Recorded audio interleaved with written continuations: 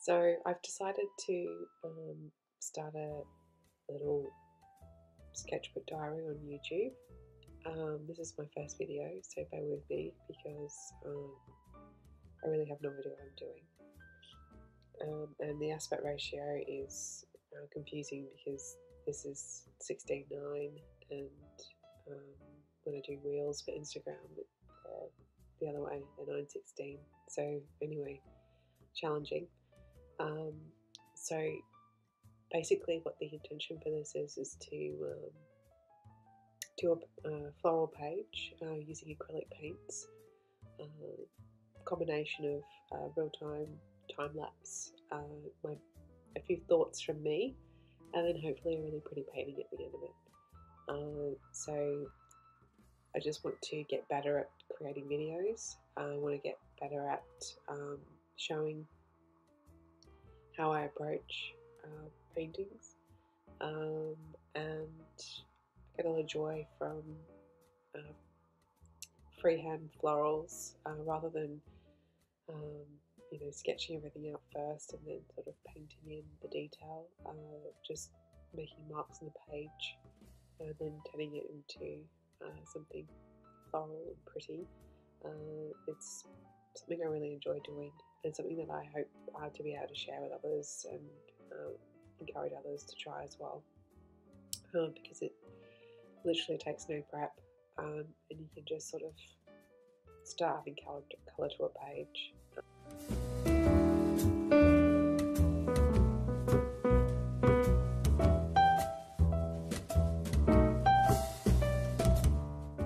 So you can see that I've created a coloured surface to start my painting on. The idea with this one is to actually have the painting going slightly over the edges of the coloured border, just to create a little bit of interest and I don't know, make it look less formal.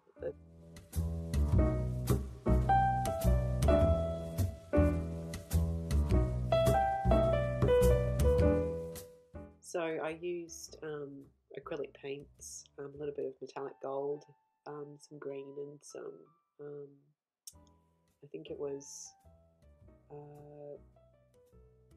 unbleached titanium, which is kind of an off-white creamy colour for the background. And I just used some painter's tape to tape along the edges of the paper, just to create this nice sharp square block of colour.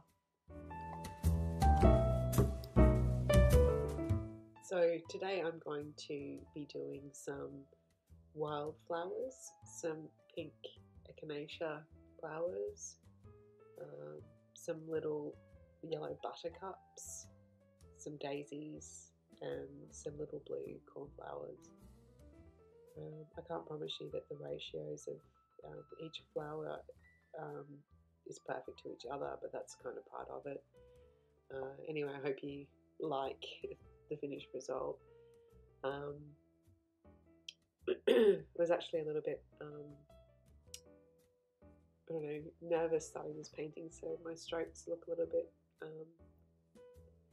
heavy and not as delicate or confident, maybe is the word. But anyway, I pick up my pace and things get better.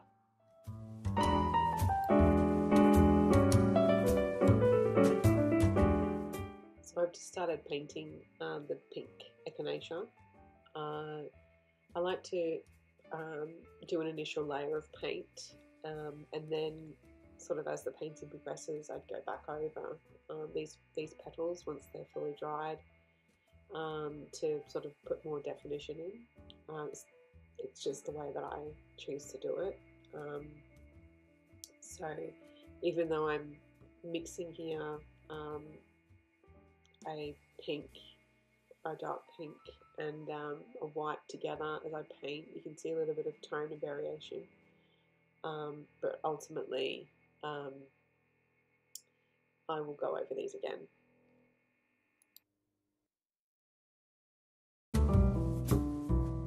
There is no method to the madness of where I'm placing each of these flowers. It's literally just as inspiration strikes. I'm just trying to spread them out, make them not look like there's too much even spacing between them, have some overlap, and that's pretty much it.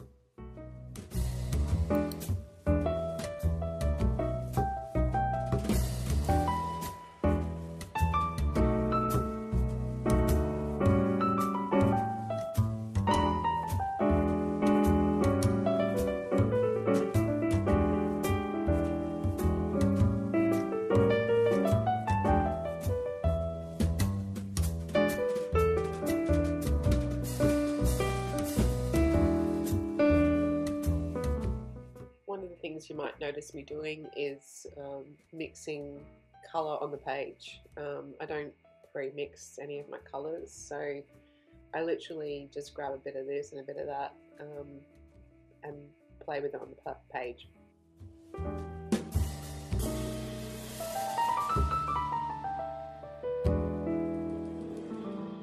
If anything, I just try not to overthink it too much. So if I don't like the colour that's coming out, I'll just you know, mute it down with a bit of white, or blend it with a little darker colour, or you know, whatever feels right at the time. But sitting there trying to find the perfect colour on my palette before it hits the page is just not how I do things. I'm probably just lazy, maybe, I don't know.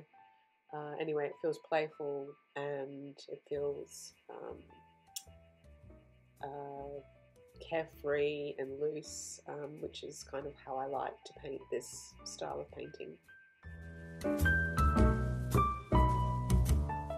And these green leaves go on forever, but it's just you know, same over and over again.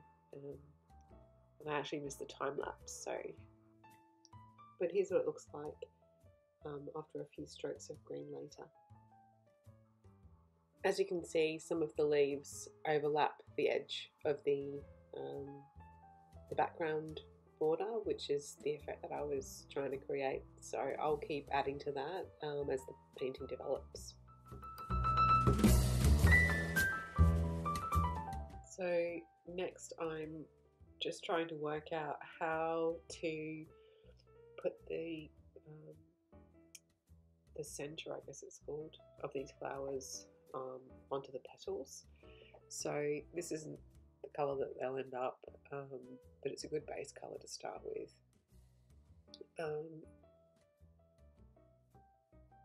So the reason why I'm sort of hesitating and pausing as I approach each one is because I don't exactly know how they're supposed to look, so I'm trying to sort of sketch at the same time as I'm laying the paint down, just to make sure that I'm happy with kind of the way that the, you know, the center of the flower is sitting. It's just sort of a trial and error thing, and you know, just trying to get the overall shape right.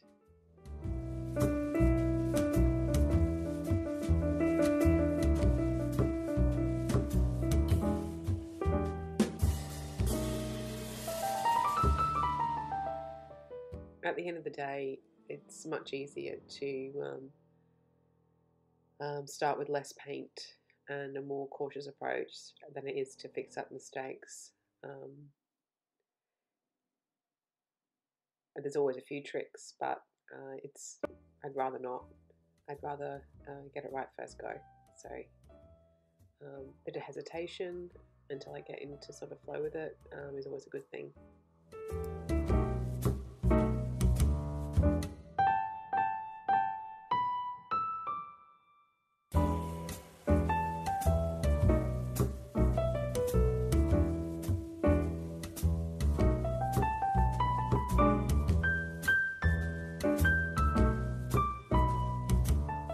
So next I'm adding some yellow petals which form the little buttercups. that I'm going to spread all over the painting. So this is just, again, trying to make the flowers look different from each other, maybe having like maybe 2 or 3 variations of the way the flower is positioned. So having some with the center visible, some purely upright with no center visible, and whatever combinations feel like they might look good together, and then just repeating that all over the page. So again, there's no formula. This is just looking at the painting as you're laying down the yellow splodges and just trying to get a feeling for how many, how far apart, and which parts of the existing flowers and leaves to paint over.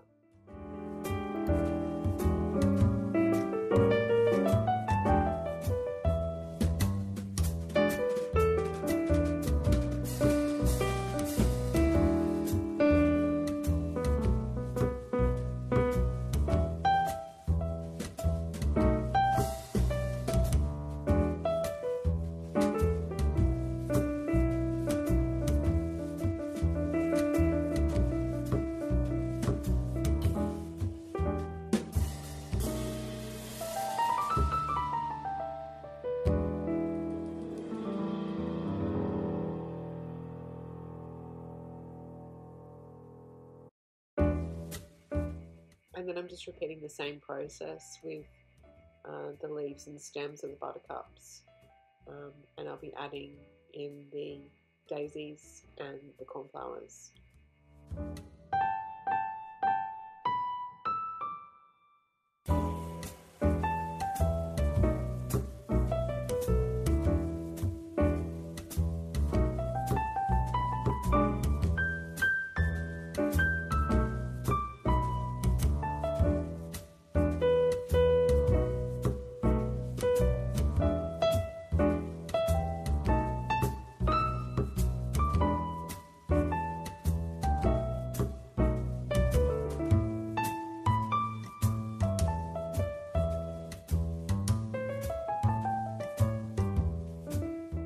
And then it's just a case of building up the flowers, putting in some detail, probably 2 or 3 layers of just playing with the detail on them until you feel satisfied that they've come together and that they're the way that you want them to look.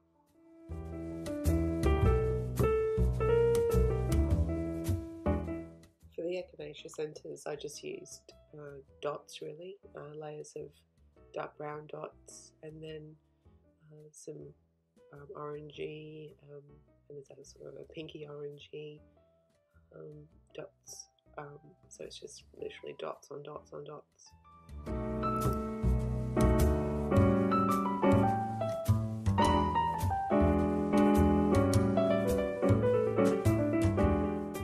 And so there you have it. That's my finished wildflowers painting. I hope you like it. Thanks for watching.